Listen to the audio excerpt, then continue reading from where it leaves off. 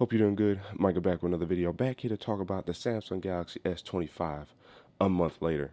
It's crazy how fast time flies by when life is lifing and when you get a new device, you set it up and you just let it run its paces. Despite problems though, which I think have been resolved and I can successfully bring that to you guys. Good news about the battery life on my Galaxy S25 unit. How has it been over the course of the last 4 weeks? Rocking the Galaxy S25. Well, let's put it this way. I have been enjoying it despite battery problems, okay? Now, should we get into battery problems first or should we get into it last? Right? Usually that's always a debate when it comes to doing these review videos. Do we tackle battery life first or last? I think we're going to tackle it first this time because that's the main point of this video. I think that the overarching story and journey with this Galaxy S25 has been battery life. This icy blue is nice, by the way. We'll get into the hardware after the fact. Battery life has been the most strangest, inconsistent problem, journey, experience I have had with a Galaxy device. I normally have never had any problems with battery life with a Galaxy device. I never had the Galaxy Note 7, so I never experienced the battery gate with that. But with Samsung and their phones, I've never had any problems with battery life. If you actually research and look on my channel, you will always hear me, if not sing praises. Overall, have no problems with battery life, and that's using the Flip series, using the Fold series, using the S10e, using the S20, using Ultra models. I've just never had any problems with battery life. And if anything, I always find a way to develop battery tips and tricks that also help you guys optimize your battery life, which I think I can do now with the Galaxy S25. So that may come later on this week, or I should say starting around Monday, between Monday and Friday of next week at the dropping of this video. Now this is where I can confidently say I think I found the issue, and I think it was a two-pronged issue. I believe that the One UI 8 Beta 5 may have addressed something in regards to battery life, because the day I actually downloaded that update, Beta 5, it severely hampered battery life. Like battery life drained crazily that day. And it was still because, or partly because I was using YouTube as well. So it was like YouTube along with a brand new update, which is also beta software, just destroyed my battery life for that day. I mean, I had it on the charger twice in one day. Like that's crazy. And really 3 times when you think of putting it on a charger overnight, because that's just how depleted the phone was. And at that point, I'm thinking maybe I've done some significant damage to the battery life already a month in. But I was like, let's wait, let's see. So I believe that was what, Wednesday-ish? I think that was Wednesday-ish. It was. Thursday comes along and I'm running YouTube all day. No problems. Now, you might think, oh, well, the Beta 5 fixed it. Not entirely the case. The other prong that I mentioned, the two-pronged attack, was battery optimization, specifically for the YouTube app. Once I turned that off in the settings, so if I can, I'll actually show you guys here. Let's open this up. Let's click on YouTube. Let's go to info. And you guys will see right in here, there's an option called battery.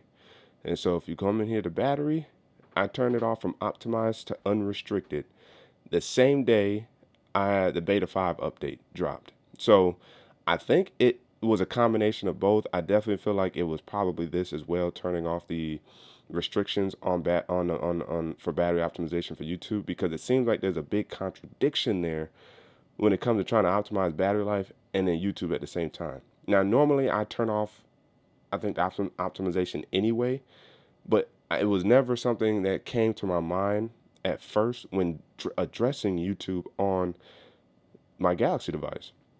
So this time I started looking for little bits and tads and pieces here and there. Here's the other thing I used to do. I would come into settings. I would actually look, well, I think I was already there, matter of fact. Let's see. I think you can do it in here. So you can essentially disable or deep sleep the app. And so you can do that via the YouTube window, or if you come in here to device care, once I find it here, if you come in here to device care, And then I believe you can do it via battery. It's either battery if we click on settings up here.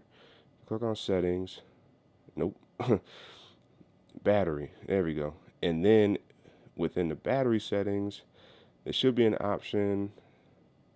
Usually, I guess it's an option when optimizing, and it may pop up. You can deep sleep apps. Now, I don't know why all of a sudden I can't find it. When all else fails, search for it up at the top. So, deep sleeping apps is, yeah, within battery. See? So if you click on this, it'll show you what apps you have deep sleeping and sleeping. I think disabling sleeps the app, but you can actually come here and deep sleep it where essentially it is like it disappears basically. So what I did try to do a couple times, which worked in the moment, but then like the next day it would just ramp right back up to deplete battery life. I would deep sleep YouTube, and so upon deep sleeping YouTube and then reactivating YouTube for that day, it wasn't really having problems. But then I had to pay even more attention to what I was doing with YouTube and what seems like it triggers the battery life drain. And I think it's YouTube Shorts. Whenever you're in YouTube, and let's just go to my videos to be safe. Whenever you're in YouTube and you're watching videos, it seems like watching long form content is no problems. But as soon as you come in here and you click on shorts and you start watching shorts, or maybe you watch it via the shorts tab or shorts in between watching a long form video, I think shorts in particular drains the battery life on the Galaxy S series or the Galaxy series, or in this case, the Galaxy S25. YouTube Shorts is the battery drainer. It's not even necessarily long form content. Now, I think after a certain point, prior to some of these adjustments I made with battery life, watching long form content at some point would just trigger heat, overheating, and the batteries draining like crazy. So it's possible that that was also the case, but I definitely noticed a combination of YouTube Shorts and long form content would just kill the battery life. So I tested it out yesterday, Friday, because this video is dropping Saturday. Friday, I was like, okay, Thursday, had no problems with YouTube. Let's see what happens today. So on Thursday, I started watching some shorts in between watching my long form content. And sure enough, no problems with the battery life. Would I recommend just doing a reset on the phone anyway? Yes, because if I did the unrestrict before Beta 5 reset the phone. So that probably also helped clean out whatever could have been in memory or a background process, and then a clean YouTube use thereafter. But I would still say maybe just do a reset after you unrestrict YouTube or unrestrict the app you think is doing a lot of draining on your phone. Take that battery optimization off, because for whatever reason it seems like it contradicts, it hampers, it finds itself in a struggle to optimize battery life for something that hogs battery life. And so once you unrestrict it, the phone feels so much more at ease to just use it normally. And not only did I not have any battery drain, I had no overheating as well.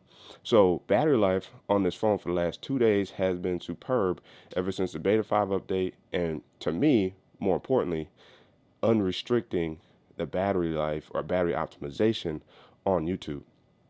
And so what further also proved that battery optimization seems like it's a problem with Samsung phones is when I downloaded the update for Lockstar and tried to use Lockstar, and when I downloaded Clockface and attempted to use Clockface within GoodLock. Both of those modules within GoodLock, they ask you before using the modules to turn off battery optimization.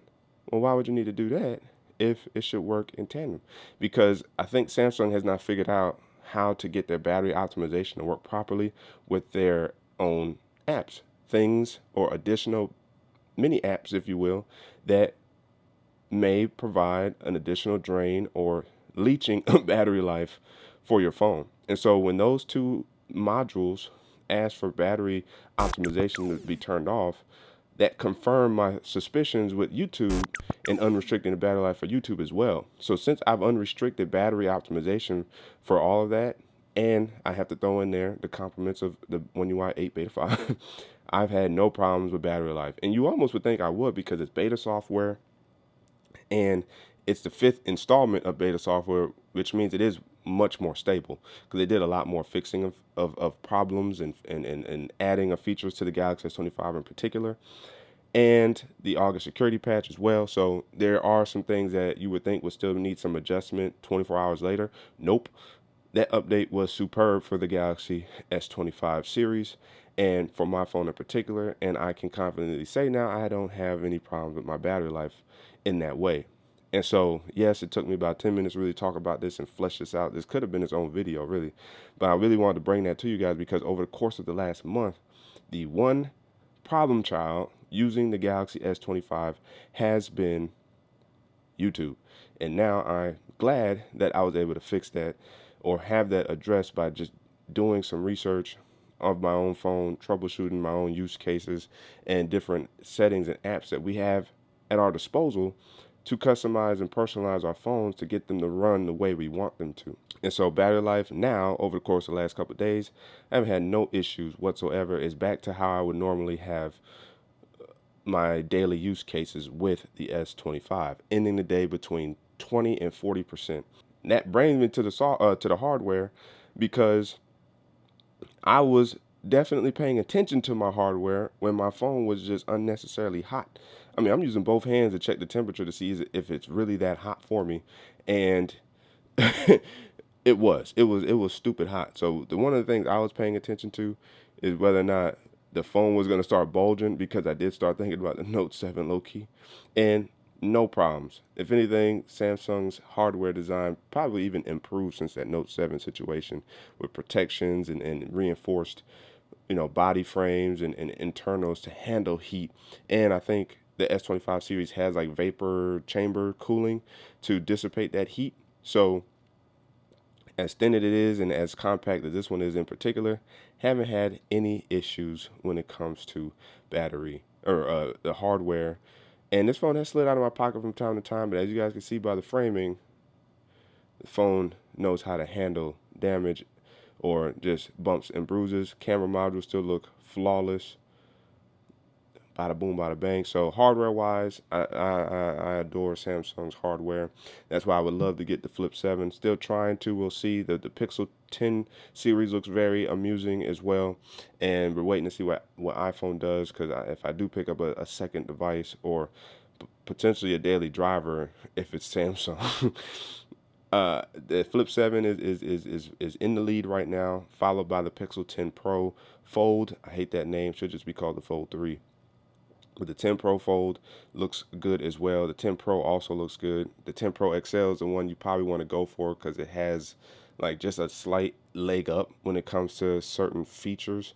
So that one I would be tempted to get. The 10 Pro XL is just, do I want to rock a bigger phone? Because I really like these smaller phones again.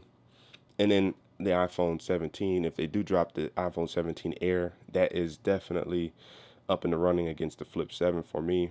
And a lot of this is because of hardware, phones becoming smaller, and or phones maintaining that smaller footprint. And that's something that I like. So hardware, solid. Which brings me really back to the overall use case of software and AI assist. It works wonders on here. I've had to type up emails from time to time to tweak certain wording or certain sentencing with AI assist to make sure I come off correct. And that has been successful to use. As you see, the fingerprint sensor is still blazingly fast and nice to use. I don't even have to have it on the screen. I know where it's at. And even if I don't, it caught enough of my finger to understand that that was my finger. Logs me into my device, no problems.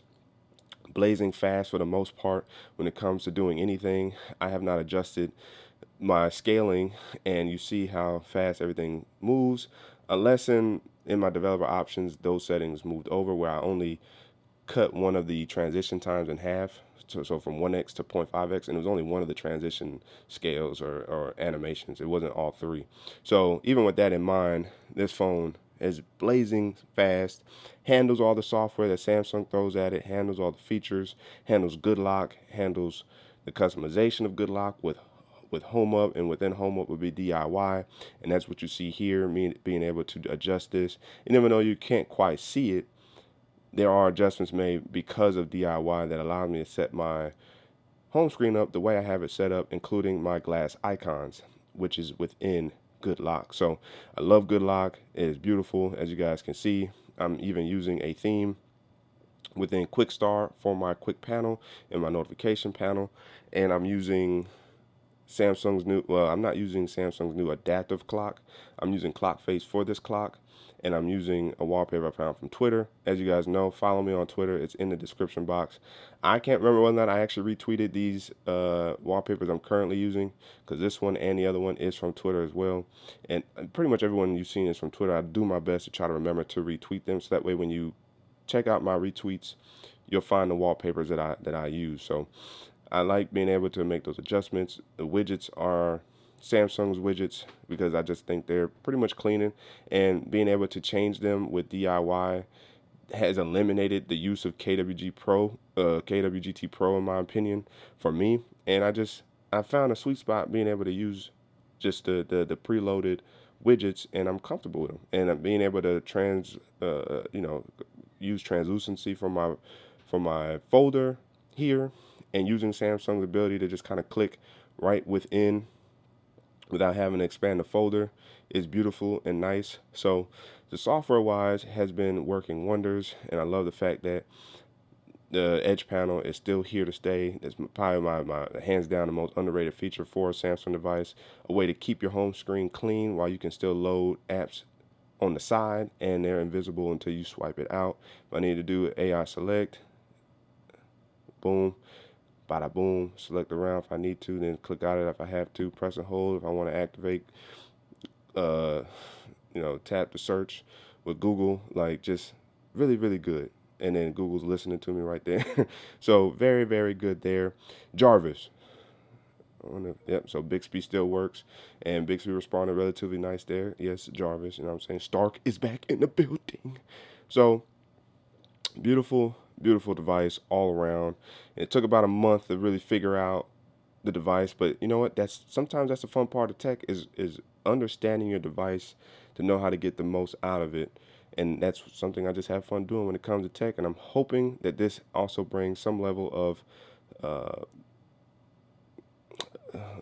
solutions for you guys when it comes to your device, whether it's a Samsung device or an Android device. Some of those settings you can still find within the same settings for the most part. So that way you can make certain adjustments to get the most out of your device when it comes to the Galaxy S25. Ooh, look at that right there, thumbnail. That's it for this video. Let me know down in the comment section below what you guys think of the Galaxy S25 series, the Z Fold and Flip series. Are you on Samsung? You on Android? Are you on Apple? The comment section is open for discussion. Don't forget, I always have links in the description box for you guys when it comes to deals, or if you're interested in buying the Galaxy S25 or Galaxy device, I usually have them linked via tagged products through YouTube or Amazon links, again, in the description box below. But again, as always, if you guys haven't already, make sure to hit the like button, subscribe to the channel, hit the notification bell. It's all free. That way you know our videos. So you and I can sit back, check, see what's cracking. Don't forget to hit that super thanks button down there by the like and dislike button. Cash App and PayPal, and check the channel out for all the videos available to you. That's where to keep tech fresh and alive on this channel. But Micah signing out until the next video. Wait for it.